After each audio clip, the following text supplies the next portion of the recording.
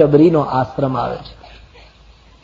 એક ભીલ સ્ત્રી વર્ષોથી એક સંતના શબ્દ ઉપર વિશ્વાસ રાખીને બેઠેલી. મતંગ નામના મહાત્માનું પ્રારબ્ધ પૂરું થવાની તૈયારી. એમણે શબરીની સેવા જોયા પછી એમ કહ્યું કે શબરી, હું જઈ રહ્યો છું, મારો આશીર્વાદ છે, તારી ઝૂંપડીએ રામ આવશે. શબરીએ એમ પૂછ્યું નહીં મહાત્માને કે બાપજી ક્યારે આવશે. બસ મહાત્માએ કહ્યું રામ આવશે. એ વચન ઉપર એક દ્રઢ વિશ્વાસ. આપણે સતત ચર્ચા કરી છે કે પરમાત્માની પ્રાપ્તિ માટે અનંત ધૈર્યની જરૂર છે. એ 5 મિનિટમાં કે 10 મિનિટમાં કે જલ્દી પતતું નથી. અને જલ્દી જે આપવાની વાતો કરે એનું જલ્દી જતું પણ રહે. જેટલા સમયમાં આવે એટલા સમય અનંત ધૈર્ય જોઈએ. જબ બહુકાલ કરીએ સત્સંગા. શબરી બસ એક પ્રતીક્ષામાં બેસી ગઈ કે સંતે કહ્યું છે એનું વચન કદી ખોટું ન પડે. પ્રભુ આવશે. એને કહ્યું છે કે તારી ઝૂંપડી આવશે. એનો અર્થ એમ થાય કે મારું પ્રારબ્ધ પૂરું થતા પહેલા રામ આવશે. રોજ એટલી જ તૈયારી કે આજે આવશે જ એમ માનીને રોજ તૈયારી કરે. ફળફૂલ ભેગા કરે, આસન તૈયાર કરે, આંગણું વાળીને સાફ કરે અને રસ્તા ઉપર પોતાની આંખો જાણે મૂકી દીધી હોય એમ પ્રતીક્ષા કરે. હમણાં આવશે, હમણાં આવશે. આમ રોજ શબરીની આ દશા. પરમાત્માના નામનો જપ કરતા કરતા મંત્ર શક્તિ એટલી વધી ગઈ શબરીની કે મહાત્માઓ કહે એના આજુબાજુના આખા વનમાં રામ રામ શબ્દ પુકારવા લાગ્યા. અને એ શક્ય છે. માણસની મંત્ર શક્તિ એટલી વધી જાય પછી એની આજુબાજુનું વાતાવરણ તમને મંત્રમય દિશે. એ નિર્વિવાદ છે. ભગવાન શંકરાચાર્ય મહારાજ માટે, આદ્ય જગતગુરુ શંકરાચાર્ય માટે એમ કહેવાય છે કે શંકરાચાર્ય મહારાજ જયારે પરિભ્રમણ કરતા હતા વૈદિક સંસ્કૃતિ માટે, ત્યારે જંગલમાંથી પસાર થતા ત્યારે 1 યોજન આ બાજુ અને 1 યોજન આ બાજુ વૃક્ષો વેદ મંત્રો બોલવા માંડતા. એમ કહેવાય છે. એક પુરુષ 32 વર્ષનો યુવાન આ દેશનો જયારે રસ્તા ઉપર નીકળતો હતો ત્યારે 8 ગામની અંદર વાતાવરણ વેદમય થઈ જતું હતું. ગામના કે જંગલના ભીલ લોકો આમ કંઈક સંભળાવા લાગે મંત્રો ચારે બાજુથી, ત્યારે લોકો દોડવા લાગતા કે આજુબાજુમાં ક્યાંક શંકરાચાર્ય મહારાજ નીકળ્યા લાગે. અને 8 ગામમાં શંકરાચાર્યની મુલાકાત થઈ જતી હતી. એક વ્યક્તિમાં આટલી શક્તિ આવે છે. તો શબરીએ આટલી નાની ઉંમરથી શરૂઆત કરી અને આજ વૃદ્ધ થઈ ગઈ શબરી, ત્યાં સુધી એને નામ જપ કર્યો છે. એના મંત્રો કેટલા વધી ગયા છે. વાતાવરણ આખું મંત્રમય. વૃક્ષના પાન પણ રામ રામ બોલે. શબરીની કુટિયા ઉપરથી પવન જાય તો એ રામ રામ બોલતો જાય. રામજીએ વનમાં એ શબરીના પેલા તરફ પગ મૂક્યો. આખું વાતાવરણ. અને આ તો ત્રેતાયુગની કથા. આપણા કળિયુગમાં મહારાષ્ટ્રની જનાબાઈના છાણા જો વિઠ્ઠલ વિઠ્ઠલ બોલ્યા હોય, કાલની જો આ કથા હોય કે જનાબાઈના છાણા કોઈ ચોરી ગયું, જનાબાઈ એમ કહ્યું કે મારા છાણા હશે એમાંથી વિઠ્ઠલ વિઠ્ઠલ શબ્દ નીકળશે, અને એ ચોરનારનો ઢગલો પકડી અને છાણા કાને લગાડ્યા તો એમાંથી વિઠ્ઠલ વિઠ્ઠલ. આજ કળિયુગમાં જનાબાઈના છાણા જો વિઠ્ઠલ બોલે તો ત્રેતાયુગની શબરીનો આજુબાજુનો પ્રદેશ રામ રામ બોલે. એમાં આશ્ચર્યને કોઈ કારણ નથી. ભગવાન રામ લક્ષ્મણજી રામજીને પૂછે કે મહારાજ આપણે કોઈ માયાવી પ્રદેશમાં તો ફસાયા નથી ને? આ કોઈ રાક્ષસની પહેલી તો નથી ને કે રામ રામ શબ્દ સંભળાવીને આપણને કઈ ફાસલામાં ફસાવવા હોય? રામજીએ કહ્યું નહીં લખન, અત્યાર સુધી આપણે મહાત્માઓના આશ્રમે દર્શન આપવા જતા હતા, હવે એક ભક્ત મહિલાના દર્શન કરવા જઈએ છીએ. શબરી દેખી રામ ગૃહ આયે. શબરીને જોઈને સ્વયં રામ આવ્યા છે. શબરીએ જોયું કે પ્રભુ પધારે છે. કોઈના પગની આહટ સંભળાય. મહાત્મા મતંગજીનું સ્મરણ થયું છે. સંતના શબ્દો યાદ આવ્યા કે આજ મહાત્માના શબ્દોની ફલશ્રુતિ મળે છે. શબરીજી ધન્ય બને છે. રામ લખન શબરીની કુટિયા ઉપર આવી ગયા. મુનિનું સ્મરણ થતા શબરીના નેત્રો ભીંજાયા છે. પરમાત્માના ચરણારવિંદમાં શબરી પડી ગયા છે. પ્રેમ બિબસ મુખ બચન ન આવા. પ્રેમાધીન બનેલા શબરીજી બોલી શક્યા નહીં. મહાત્માઓ એમ કહે છે ભગવાનના પગમાં શબરીજી જયારે પડ્યા ત્યારે શબરીજીને એમ થયું કે આજ હું પ્રભુના ચરણ પખાળું. પણ શબરીને થયું મારા ઘરમાં પાણી પણ નથી અને પાત્ર પણ નથી. કેટલી અનાસક્ત મહિલા. એને પાત્ર નહોતું વસાયું અને પાણી રાખતા નહીં. જયારે તરસ લાગે ત્યારે વડલાનું પાન તોડી પંપા સરોવરમાં દોનો કરી ભરીને પી લે. એને એમ થયું કે આવી નાની એવી જિંદગીમાં વળી પાત્ર ને આ બધું ક્યાં વસાવું, એટલે પાત્ર નહોતું રાખ્યું. આજે એને એમ થયું કે પ્રભુના ચરણ ધોવા માટે ઘરમાં પાત્ર હોત, પાણી ભરેલું હોત તો હું પ્રભુના ચરણ ધોઈ શકત. સંતો કહે શબરીએ યુક્તિ કરી. રામના ચરણની નીચે પોતાના બંને હાથ રાખ્યા. હાથનું પાત્ર બનાવી મસ્તક ચરણ ઉપર મૂક્યું અને આંખમાંથી જે આંસુડા પડ્યા એ ગંગાજળથી શબરીએ રામજીના ચરણ પખાળ્યા. એ ચરણામૃત પીધું. દર્ભની પથારી પર રામજીને બેસાડ્યા. માનસના મત પ્રમાણે કંદ મૂલ ફલ સુરસ અતિ દિયે રામ કહું આની. ભગવાન રામજીને કંદ મૂલ ફળ શબરીએ અર્પણ કર્યા. ભગવાન રામ એ શબરીના ફળ ફૂલ વર્ણન કરતા કરતા વખાણ કરતા કરતા આરોગે. માનસમાં એવું નથી લખ્યું કે હેઠા બોર આપ્યા, પણ એનો અર્થ એમ પણ નહીં કે કથા નથી. ચાખી ચાખીને બોર આપતી હતી એ કથા પણ છે. તુલસીદાસજીએ ખાલી ફળ ફૂલ આપ્યા અને પ્રભુ બારંબાર બખાની અને ખાતા હતા. પણ સંતો કહે છે શબરી ચાખી ચાખીને બોર આપતી હતી. એક બોર ચાખીને રામજીને આપે, રામજી શબરીનું એઠું બોર ખાય. બીજું ચાખીને લક્ષ્મણજીને આપે, પણ લક્ષ્મણજીનો સ્વભાવ જરા પહેલેથી કડક ખરો, એટલે લક્ષ્મણજી એમ વિચાર કરે કે ભગવાન તો બહુ ઉદાર છે. આટલી બધી ઉદારતા હોય, કોઈ ભીલનું એઠું કઈ ગમે તેમ તો એ રઘુવંશી છીએ આપણે, ભીલનું કઈ એઠું ખવાય? એટલે લક્ષ્મણજી મહાત્માઓ કહે છે ખાતા નહોતા, શબરી ચાખીને આપે એ બાજુમાં ફેંકી દેતા અને મોઢું ચાલુ રાખતા. હવે રામજીની આગળ આ પડદો ક્યાં સુધી રહે? ભગવાન સમજી ગયા કે લક્ષ્મણ શબરીના પ્રેમનો અપરાધ કરે છે. પણ શબરીની હાજરીમાં લક્ષ્મણને ઠપકો આપવો ભગવાનને યોગ્ય નહીં લાગ્યું, એટલે પ્રભુએ યુક્તિ કરી. એક બીજું બોર ચાખીને શબરીજીએ રામજીને આપ્યું ક્રમ પ્રમાણે. તો રામજીએ શબરીનું ચાખેલું પોતે થોડું ખાધું અને પોતે થોડું ખાઈને લક્ષ્મણને આપ્યું કે લક્ષ્મણ આ બહુ મીઠું છે, જરા લે. હવે ક્યાં જાય? પરમાત્માના પ્રસાદ તરીકે અસ્વીકાર થયો નહીં. લક્ષ્મણજી સમજી ગયા કે ભગવાને મને બીજી રીતે પકડી લીધો. અને એ શબરીનું બોર જયારે એમણે ખાધું ત્યારે એમાં બોરની મીઠાશ નહોતી, શબરીની ભક્તિની મીઠાશ હતી.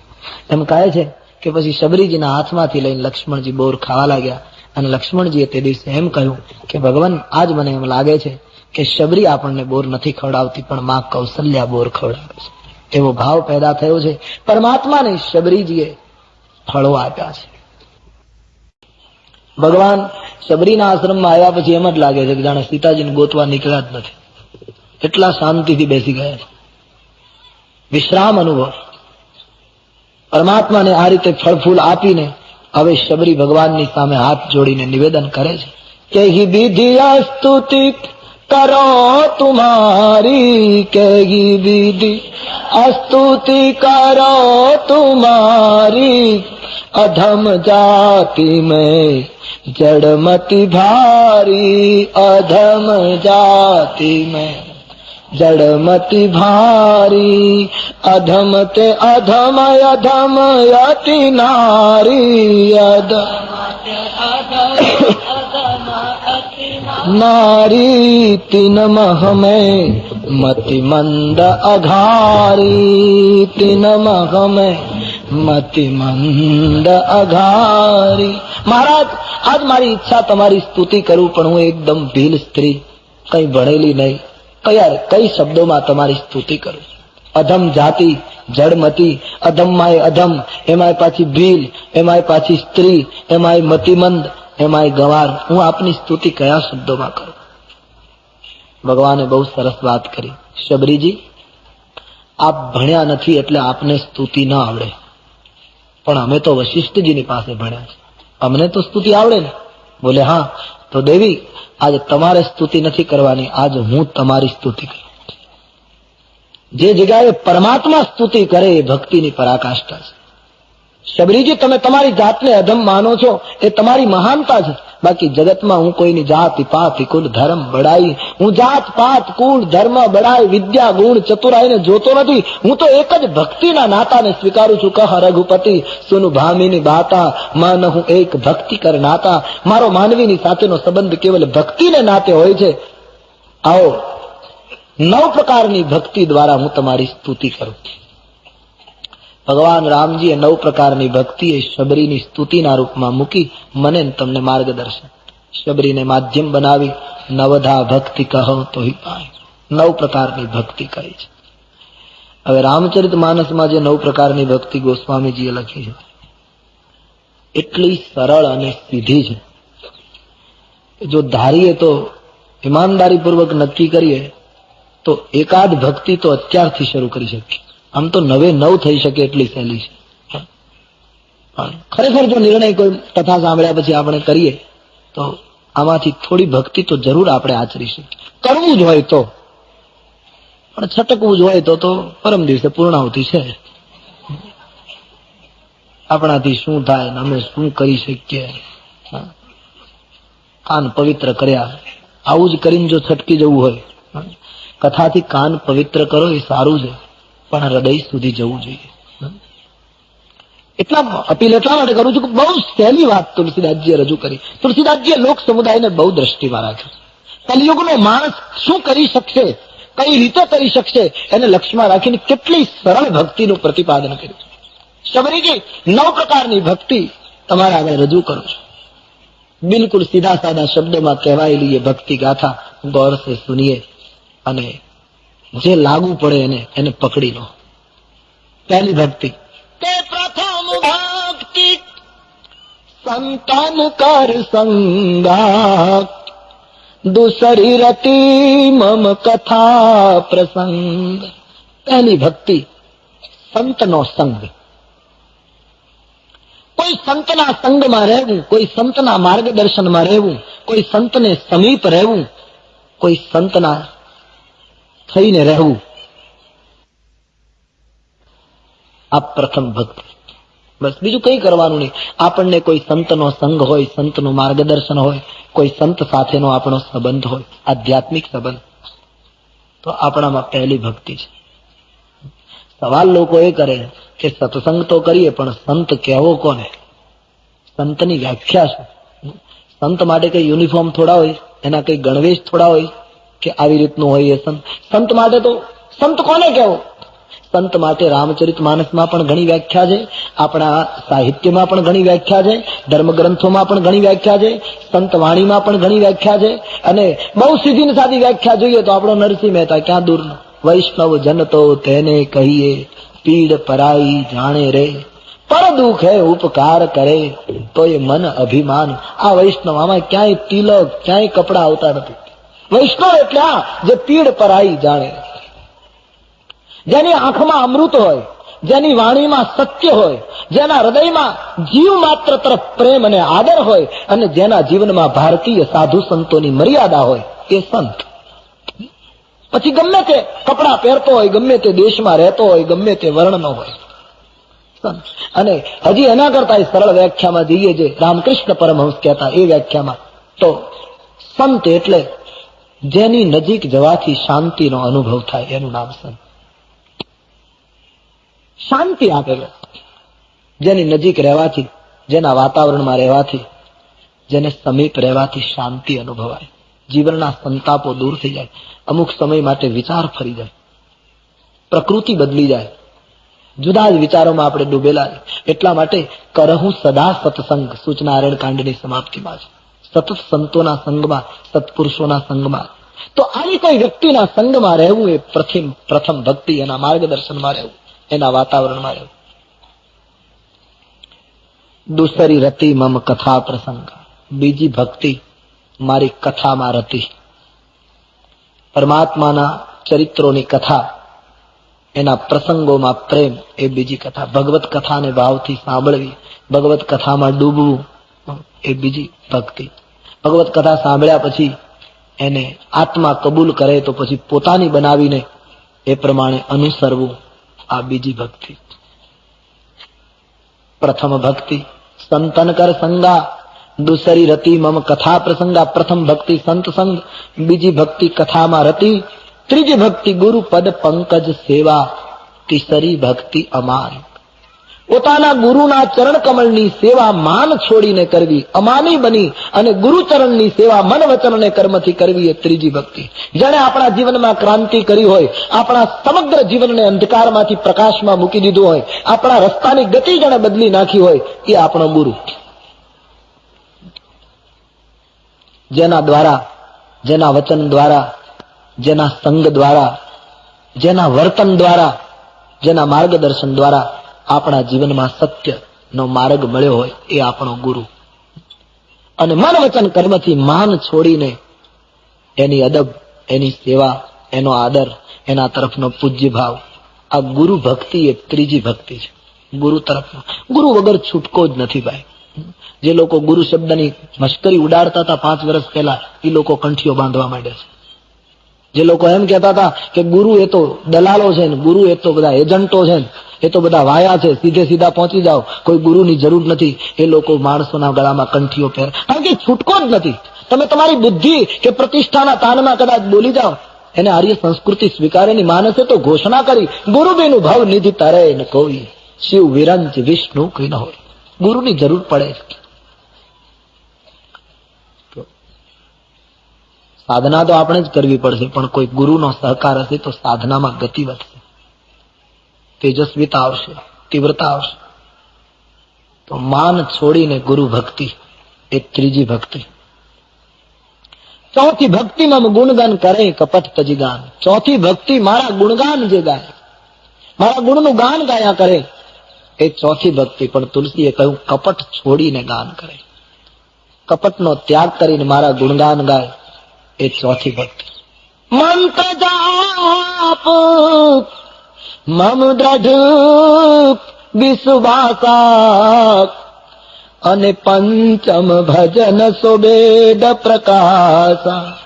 સઠદમ શીલ બિરતિ બહુ કર્મા, નિરત નિરંતર સજ્જન ધર્મા. પાંચમી ભક્તિ મંત્રમાં દ્રઢ વિશ્વાસ. કોઈ પણ મંત્રમાં દ્રઢ વિશ્વાસ રાખી મંત્રનો સતત જપ કરો, એ પાંચમી ભક્તિ છે. પણ તુલસીએ કહ્યું મંત્ર વેદ પ્રકાશિત હોવો જોઈએ, મંત્ર શાસ્ત્ર સંમત હોવો જોઈએ, જેને શાસ્ત્ર અને વેદ મંજૂરી આપે એવો મંત્ર. આજકાલ ઘણા લોકો પોતાના ઘરના મંત્રો ઉભા કરે અને પછી એમ કહેતા હોય છે કે આ મંત્ર બીજા કોઈ પાસે ન હોય. બીજા કોઈ પાસે ક્યાંથી હોય? તારા ખિસ્સામાંથી ટેકાજો. શાસ્ત્રના આધારે તે મંત્ર આપ્યો હોય તો જાહેર હોય, પણ તું તારા ઘરની વાત ઉભી કરે. મંત્ર વેદ પ્રકાશિત હોવું જોઈએ. કોઈ પણ મંત્રમાં શક્તિ છે. આપણા ધર્મગ્રંથો અને સંતો એમ કહે છે કે મંત્રને કદી બદલશો નહીં, મંત્રની હેરફેર ન કરશો. એક મંત્ર પકડી લો કોઈ સંત પાસેથી અને એ મંત્રનો જીવન પર્યંત જપ કરો. દરેકે દરેક મંત્રમાં શક્તિ. લોકો મંત્રોને બદલ્યા જ કરે. ગણપતિથી શરૂ કરે, ગણપતિ કઈ ધ્યાન ના આપે તો ગણપતિનો મંત્ર બંધ કરી દે 3 મહિનામાં. માતાજી વગર ખોટું છે. પછી દુર્ગાનો મંત્ર શરૂ કરે, દુર્ગામાં કઈ પત્તો ન લાગે પછી શંકર ભગવાનનો મંત્ર શરૂ કરે. શંકરજી ધ્યાન ના આપે તો પછી હનુમાનજી. મંત્રને બદલો નહીં. એક ખેતરની અંદર 5-5 ફૂટના બધી જગ્યાએ ખાડા કરશો તો ક્યાંય પાણી નહીં નીકળે. એક ટ્યુબવેલ કરી નાખો, એક પાતાળ ફોડી નાખો, પાણી ही पानी हो जाएगा. हरेक मंत्र में शक्ति. कबीर तो बहुत सरस कहे ना, माला बनाई काष्ठ की बीच में डाला सूत, माला बिचारी क्या करे क्योंकि जपने वाला कपूत. हरेक मंत्र में शक्ति है. जपनाराમાં નિષ્ઠા અને વિશ્વાસ. બહુ સરસ શબ્દ લખ્યો છે, વિશ્વાસ, દ્રઢ વિશ્વાસ. કોઈ પણ મંત્ર વિશ્વાસ જોઈએ. તુલસીદાસજી માટે એમ કહેવાય છે, સરયુને કિનારે ભજન કરતા હતા, રાત્રિનો સમય હતો, ચોર ચોરી કરીને નીકળે. સરયુમાં બહુ પાણી હતું. હવે ચોરની પાછળ કઈ કોઈ પડેલા એટલે ચોરને સરયુને સામે કિનારે જવાનું. રાત્રિએ નૌકા મળે એવું કઈ હતું નહીં અને હવે પાણીમાં કેમ પડવું, ભયભીત છે, શું કરવું.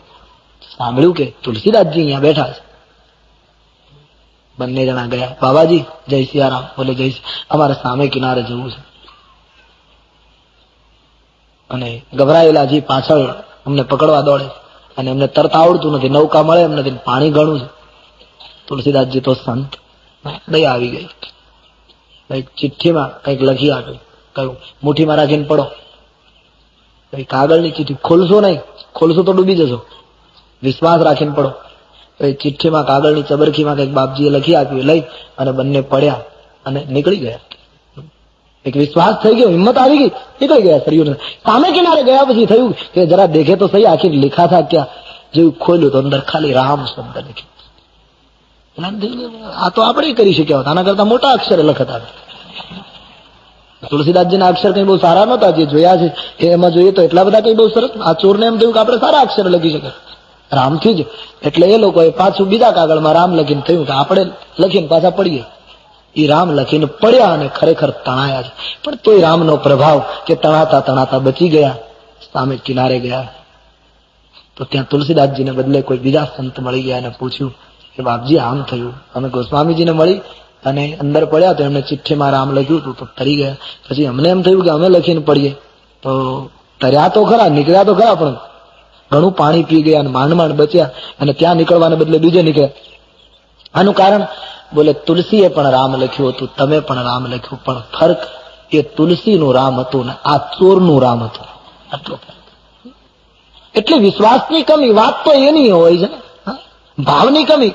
આપણે ત્યાં હકીકત છે ને કે કોઈ પણ માણસ, વેપારી માણસો વધારે સમજી શકે, વેપારી ભાવમાં કમાય કે માલમાં? કોઈ પણ વેપારી માલમાં કમાતો જ નથી દુનિયામાં, બધા ભાવમાં જ કમાય. માલ એનો એ હોય, ભાવ વધી જાય તો વેપારી માલામાલ થઈ જાય, ભાવ ઘટે તો પાર્ટી ફેલ થાય. એની એ સિંગ ગોડાઉનમાં ભરી હોય, ભાવ વધે તો ધન્ય બની જાય, ભાવ ઘટે તો મુશ્કેલી પડે. એ માલ તો એનો એ, આ રામાયણ તુલસીદાસજીના પાસે હતું એ જ અમારી પાસે. માલ તો એનો એ, ભાવમાં ફરક. તુલસીનો ભાવ અદભુત તરી ગયા, આપણે ફરવું પડે. મેરે તો ગિરધર ગોપાલ દુસરો કોઈ, માલ તો એનો એ. મીરા નહીં ગાઈ શકતી હોય એટલા રાગમાં આપણે ગાઈ શકીએ એ પદ. માલ એનો એ. વૈષ્ણવ જન તો તેને કહીએ. નરસિંહ મહેતાનો જે માલ હતો એ આપણી પાસે એનો. બધું છોડો ને શ્રીરામ જય રામ જય જય રામ, સ્વામી રામદાસજી બોલ્યા એ જ આપણે બોલીએ. માલ એનો એ, ફર્ક ભાવનો છે. મંત્ર જાપ મમ દ્રઢ વિશ્વાસ. કોઈ પણ મંત્ર દ્રઢ વિશ્વાસથી જપ કરો, પણ મંત્ર વૈદિક યાની શાસ્ત્ર સંમત હોવો જોઈએ. એ પાંચમી ભક્તિ. કોઈ મંત્રનો આશ્રય કરો. છઠ્ઠી ભક્તિ વિરતિ બહુ કર્મા. ઘણી પ્રવૃત્તિમાંથી વિરતિ. ખૂબ પ્રવૃત્તિમાં આપણે લાગેલા હોઈએ, પછી એમાંથી ધીરે ધીરે નિવૃત્તિ લઈ લે. પ્રભુ સ્મરણ તરફ મન લગાડવાનું, આધ્યાત્મિક જીવન શરૂ કરવાનું, સજ્જનના જેવું જીવન જીવવાનું. છઠ્ઠી ભક્તિ. અને સાતમી ભક્તિ સાતવ સબ મોહિમય જગ દેખ અને મોતે સંત અધિક કરી લે. સાતમા પ્રકારની ભક્તિ આખું જગત મારા મય જુએ, આખા જગતમાં મને નિહાળે અને મારા કરતા મારા સંતોને મોટા માને, મારા કરતા મારા સંતોને વધારે આદર આપે. સાતમી ભક્તિ. પ્રથમ ભક્તિ સંત સંગ, બીજી ભક્તિ કથામાં પ્રેમ, ત્રીજી ભક્તિ ગુરુ સેવા, ચોથી ભક્તિ કપટ છોડી ભગવત ગુણગાન, પાંચમી ભક્તિ મંત્ર નિષ્ઠા, છઠ્ઠી ભક્તિ અતિ પ્રવૃત્તિમાંથી નિવૃત્તિ, સાતમી ભક્તિ સમગ્ર જગત ઈશ્વરમય જોવાનું અને સંતોને પ્રભુ કરતા પણ વધારે આદર આપવાનો. આઠમી ભક્તિ આઠવ જથા લાભ સંતોષા, સપને હું નહીં દેખાઈ પરદોષા. આઠમા પ્રકારની ભક્તિ જેટલો લાભ મળે એમાં સંતોષ. કેટલી સીધી ભક્તિ બતાવી. પછી આના કરતા તો બીજી કઈ ભક્તિ? તુલસીદાસજી કહે તમે જે વ્યવસાય કરતા હો, ખેતી કરતા હો, વેપાર કરતા હો, નોકરી કરતા હો, જે કંઈ કરતા હો, વર્ષ દિવસે તમને જે કંઈ મળે એ પ્રભુની પાસે ધરીને કહી દો કે પ્રભુ તે લાયકાત કરતા વધારે આપ્યું, મને સંતોષ છે. જે પ્રાપ્ત થાય એમાં સંતોષ એ આઠમી ભક્તિ. આ તો માણસ કરી શકે ને, આમાં પણ કઠિન છે. હા, સંતોષ નથી આવતો. જેમી પ્રતિલાભ લોભ અધિકારી. જેટલું વધારે મળે એમ લોભ થતો જાય. આપણે ત્યાં બહુ જૂની વાર્તા છે ને કે 3 જણા કોઈ માતાજીના મંદિરે ગયેલા. ટેકરા ઉપર માતાજીનું મંદિર ને 3 જણા ત્યાં ચડી ગયા. પછી મંદિરમાં કોઈ નહોતું એટલે 3 જણા મનોરથો કરવા લાગ્યા કે આપણે 3 જણ અહીંયા બેઠા છીએ અને માની લો માતાજી આપણા ઉપર પ્રસન્ન થઈ જાય અને એમ કહે કે માંગો માંગો, તો આપણે માંગવું શું?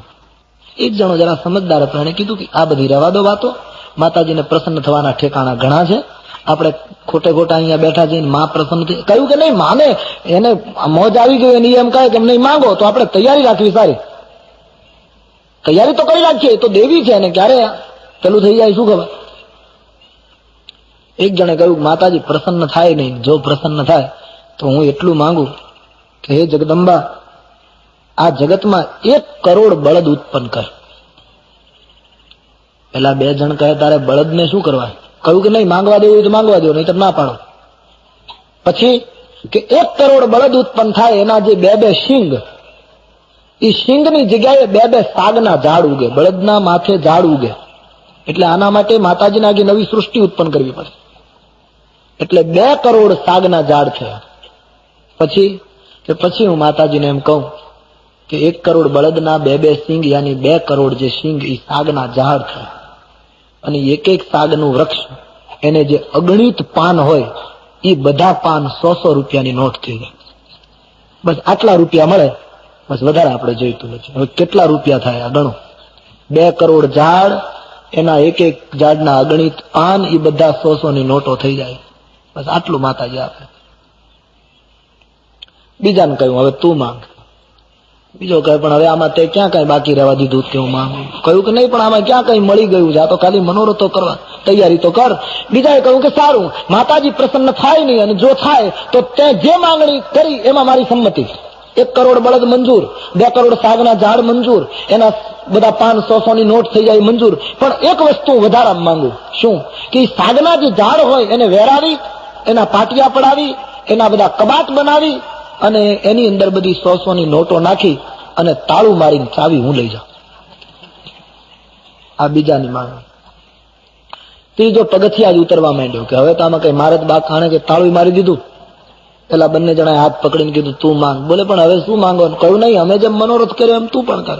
ત્રીજાએ કહ્યું સારું, માતાજી પ્રસન્ન થાય નહીં, જો થાય તો તમારા બંનેની સાથે મારી સંમતિ. 1 કરોડ બળદ મંજૂર, 2 કરોડ સાગના ઝાડ મંજૂર, એ બધા 500-100ની નોટો થઈ જાય એ પણ મંજૂર. તમે બધા લાકડા વેરાવીને એના કબાટ બનાવ્યા, એમાં બધી નોટો ભરી દીધી, તમે તાળું મારી દીધું, ત્યાં સુધી બધું મંજૂર. પણ માતાજી પ્રસન્ન થાય તો હું વધારામાં એટલું માંગુ કે જો આવી રીતની ઘટના બને તો તમે બંને જણા મારા કાકા થાવ અને નિર્વંશ ગુજરી જાઓ, એટલે એ બધો વારસો મને મળી જાય. જીમી પ્રતિલાભ લોભ અધિકારી, અષ્ટમી યથા લાભ સન. 8મી ભક્તિ જેટલું મળે એમાં સંતોષ. સ્વપ્નમાં પણ બીજી શરત લખી છે અડધી ચોપાઈમાં, સ્વપ્નમાં પણ પરદોષ નહીં જોવાના. જાગૃત અવસ્થામાં તો નહીં, પણ સ્વપ્નમાં પણ પારકાના દોષ નહીં જોવા. 8મી ભક્તિ. અને 9મી ભક્તિ, 9મ સરલ સબ સહી છલ હીના, મમ ભરોસ હી હર્ષન દીના. હે સબરી, 9મી ભક્તિ સરળ જીવન, છળ કપટ વગરનું જીવન, કેવલ મારે આધારે જીવન, અને હર્ષ શોકથી રહિત જીવન. આ 9મી ભક્તિ. 9માંથી જેનામાં એક પણ હોય સોઈ અતિશય